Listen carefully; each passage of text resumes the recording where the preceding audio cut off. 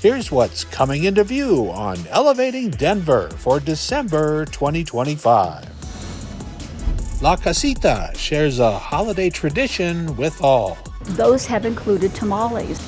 Mountain Park's bison donation fosters community. Is a way for us to reclaim our identity. And Multiplicity explains 311. These stories and more are just ahead on Elevating Denver.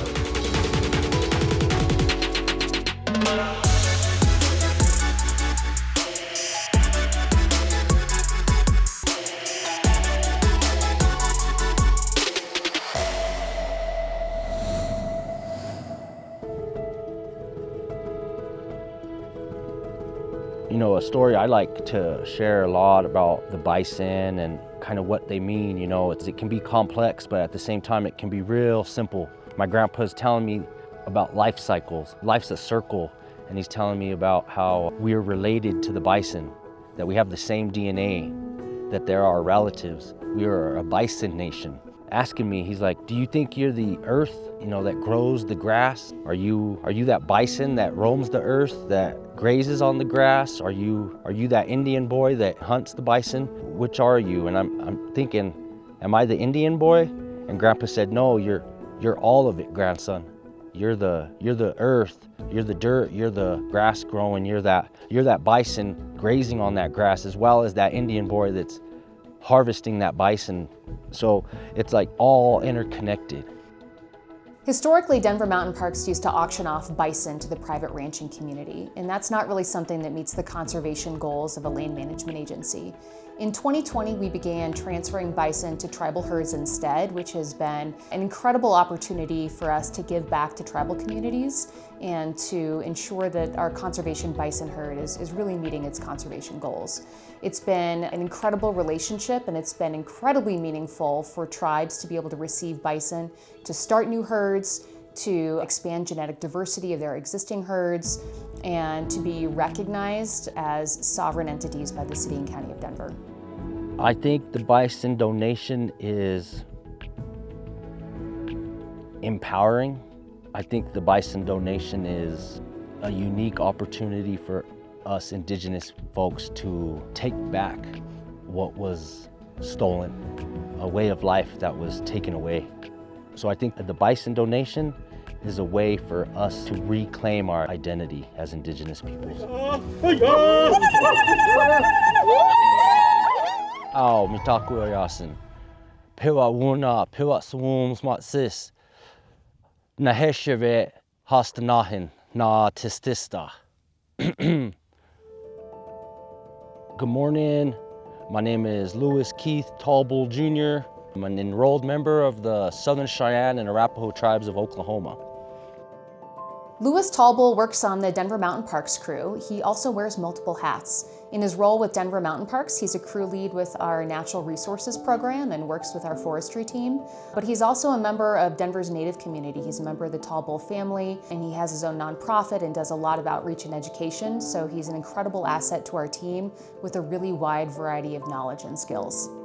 I was raised by my grandparents. On both my mother's side and my father's side, both of my grandparents were leaders and knowledgeable in our traditional ceremonial ways of life. They raised me in ceremony. A lot of our ways were outlawed and they went underground. They were done in secrecy. Right around the time I was born, there was new laws being passed, like the Religious Freedom Act. Now that it's not illegal to practice our ways, we're out here at Tallbull Memorial Grounds nearly every weekend, hosting sweat lodge ceremonies and different programs, trying to educate the youth.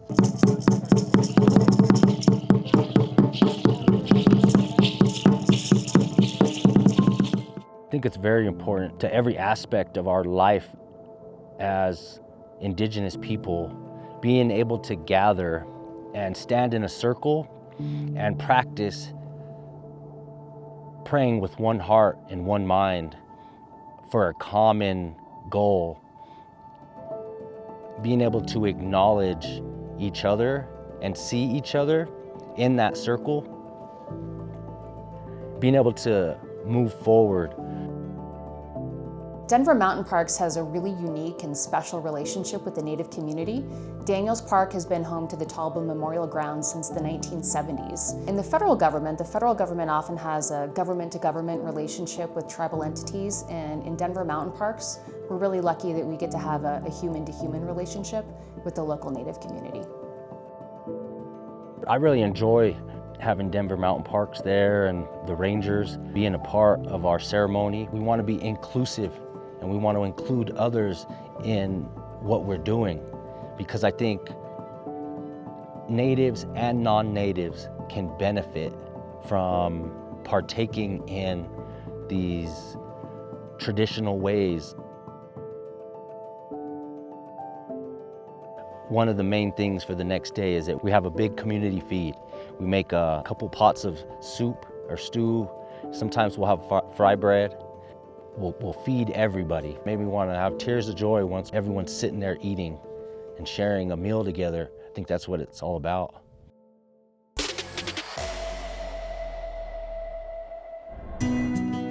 I think the best tamales are the ones you make yourself. But if you can't make them anymore, then we're here and we're more than happy to, be a part of your holiday celebrations. When families get together, the warmth of the holidays, seeing people that maybe you don't see all year long, and they come together around a good meal. And traditionally, especially in the Latino families, those have included tamales. They would make tamales as a family. And it's very labor intensive, very time consuming, takes all day. And at the end of the day, they would divide the tamales up amongst the family members. So now with the fast pace of the world, actually, people don't have time to make their own tamales. And I hope it's not becoming a lost art. I know there are still families out there that do that. Now our customer base, I think a lot of people have adopted that tradition. We're actually starting our 51st year in business. And I know we're not alone in that because one of our vendors just celebrated their 100th year. So it's nice to know that there's still some small businesses around that are thriving and still here. It started out being mostly neighborhood people. And in fact, when my late husband, Paul Sandoval, and I started the business, he was actually the only employee. He was the cook, he waited on people. My late mother-in-law, who was in her 80s, would come in every day to help. We hired a crew. There were just a small group of us with our hairnets on and our gloves, and we would just sit around and, make the tamales. And then, of course, we've grown a lot since then. Because we've been around 51 years, we've refined it over the years. We know what to expect in terms of volume. And of course, it increases every year. And our customers know what to expect, at least our long-term customers. They know that if they don't want to wait in line, the closer you get to the holidays or the closer you get to especially Christmas Eve, then a lot of them have started to come in November and they get them cold and they freeze them. There's some days we sell out at 8 in the morning and we'll be making some in the back, and then the next batch will come out when they're made and cooked, and those will be ready to sell. So towards the closer we get to Christmas Eve, it's sort of like we're trying to keep up with the demand. When we see long lines and people waiting, which, I hate to say it, but you are going to wait during the holidays. People actually make friends in line. They talk, they laugh. At first, it seems like a chore to wait, but as the longer they wait, they loosen up and they relax, and, this is just part of it. I take the business very seriously, and especially after my husband passed away, I think a lot of times, and I've said this before, when the key person passes away, sometimes the business goes under, or it just doesn't have the stamina to succeed. So I feel that we've worked really hard to continue in this neighborhood and with this tradition to continue with the business, and its success is important to me because I employ families here and they depend on us being successful for their livelihood. We're here to stay, or as long as we can anyway.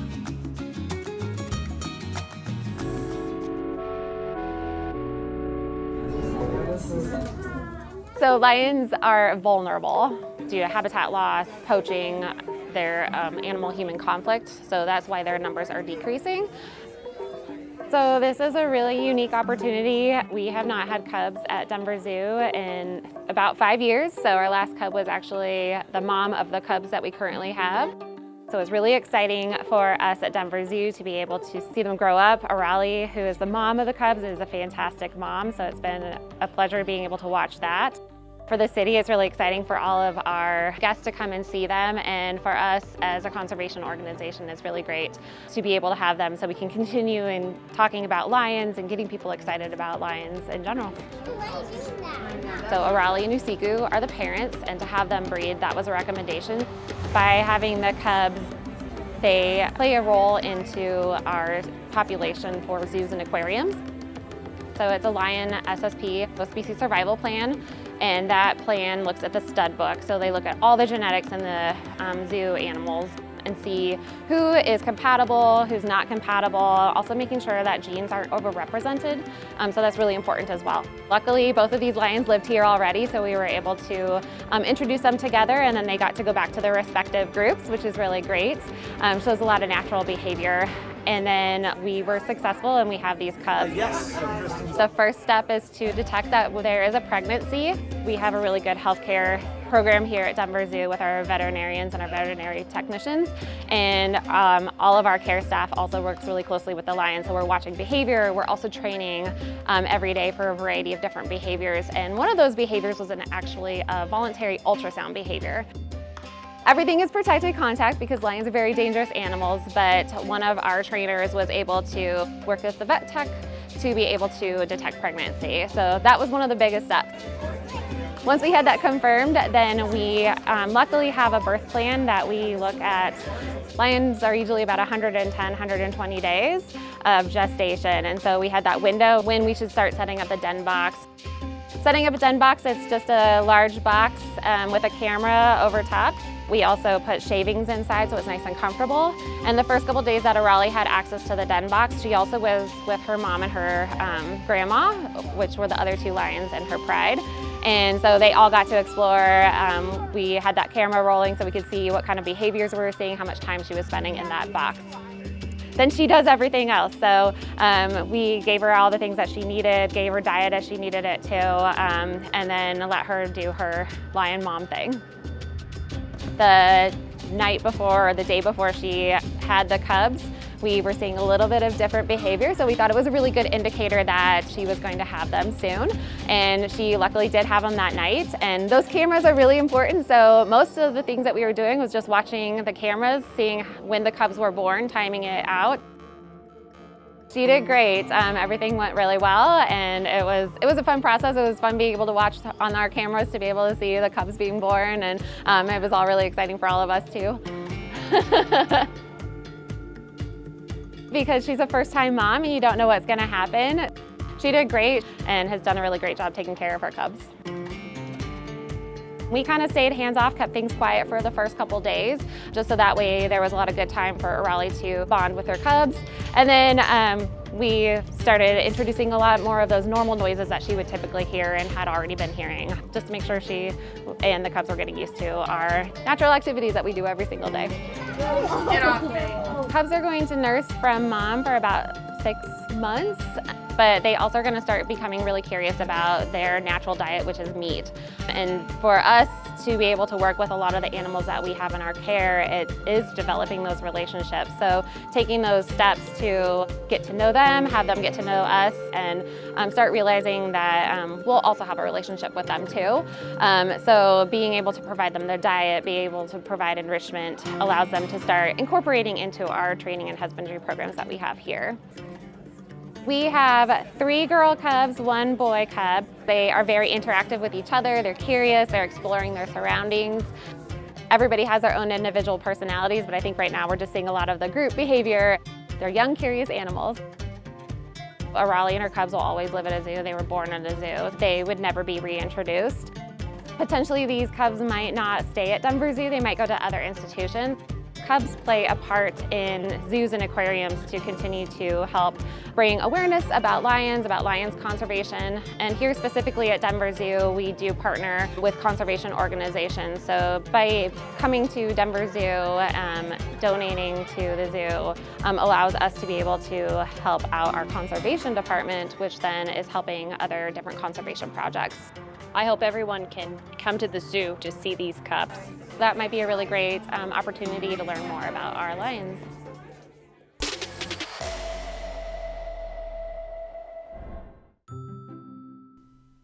This is Matt. And this is Matt. And this is also Matt. All of these Matts need to contact someone in the city and county of Denver. But none of them are exactly sure how to do that. This could get confusing. There, that's better. Gray Matt needs to pay his property taxes and hopefully get an idea of how much they will be the next year. Blue Matt needs to report a pothole and a cracked sidewalk in his neighborhood. And Yellow Matt wants to find out when trash pickup will be because of the recent holiday. Let's start with that one first. Trash pickup for Yellow Matt is usually on Thursdays, but because Monday was a holiday, he's not sure if it will still be Thursday or if it got pushed a day. This Matt decides to use Sunny, the new chatbot for the city and county of Denver. Available 24/7 and able to understand a wide range of languages, Sunny is a great resource for answering quick, generic questions. Sunny immediately points Matt to the schedule service online, where he enters his address and finds out that indeed his trash pickup will be a day later this week. Consider Sunny your tour guide to the city. It can immediately search throughout denvergov.org and provide information on city council, meetings, events, and much more. Try it out next time you have a question, either by text or online. Now, let's get back to our other Matts and tackle that pothole and cracked sidewalk issue. Blue Matt is pretty annoyed with this pothole on his street, and he decides someone needs to know about it. But who?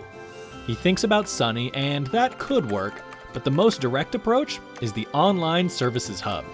Matt goes to denvergov.org/online services hub and logs into his account. Creating an account is quick and easy. And the really useful thing about the Online Services Hub is you can submit photos, add comments, and your contact information so you can stay in the loop with the progress of your report. Once the request is assigned to the proper agency, you'll be notified that it made it to the right place. And if you don't have an account, but you need to submit a report, you can do that right on your phone. A couple clicks and submitted. This Matt can check that off his to-do list. Finally, let's get back to our last Matt and help him with his property taxes. This Matt knows Sunny could point him in the right direction, but because he needs someone to help him with his specific account, he doesn't think that would be quite right. And because he's not submitting a request, the Online Service Hub wouldn't quite work either. Matt decides to call 311. Hello, thank you for calling the City and County of Denver. This is Mike, and who am I speaking with? 311 connects you to knowledgeable operators who can also access your accounts and make sure you know exactly what to do. After providing some quick info, the 311 agent can guide you through your questions. A service request can be created and sent to the servicing agency. Phone payments are not accepted anywhere in the city, but several options are available online. 311 agents are available to assist with most online processes if needed. 311 can help you with all sorts of city services issues or concerns. And this Matt was able to get the information he needed quickly and easily.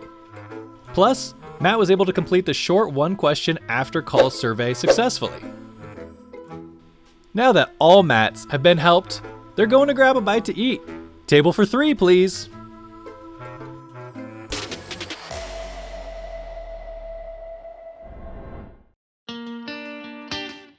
I think there's some magic when it comes to pies. There's a lot of nostalgia. that most people have with pies, whether it's a grandma or a mom or a dad or a grandpa. But we get to bring the magic every day, basically, to people. And so I think it's unique. It's hard to find a lot of pies in one place and different flavors and sizes and varieties. So I think it's just special, and people, you see their faces light up when they come in. We used to go up there and working at the Loveland location. My brother and I used to work, I remember.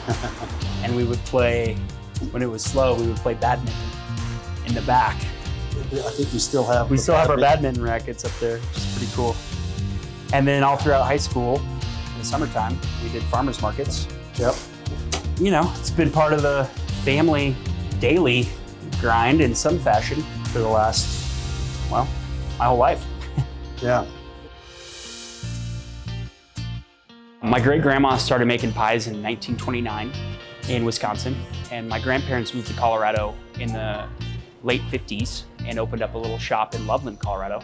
My parents took that over about 25 years ago and opened up a couple more locations.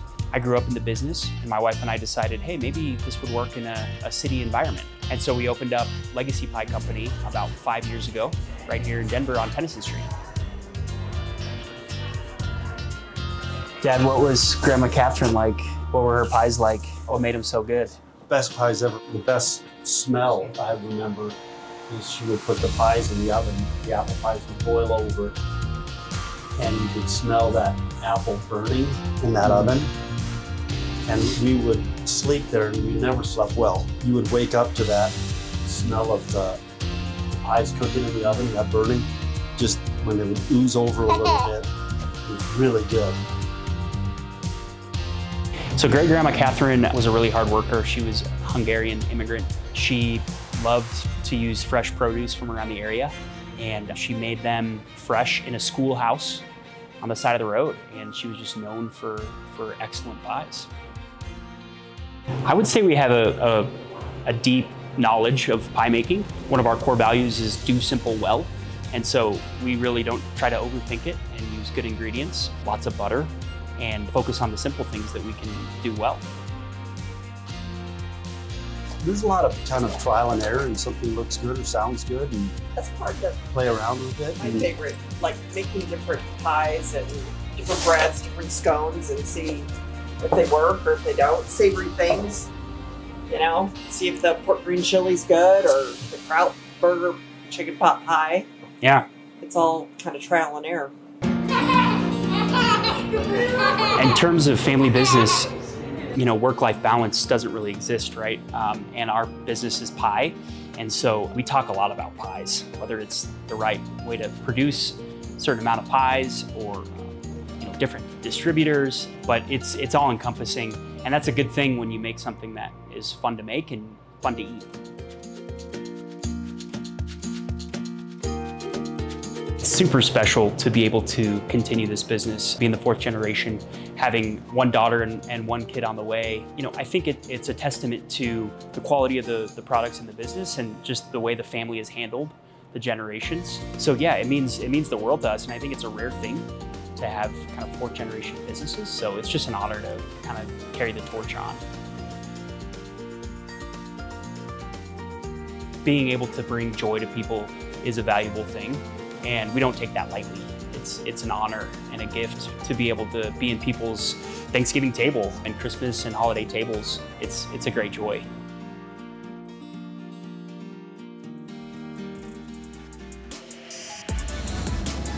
Stay elevated by subscribing to the city's YouTube page for these stories and more.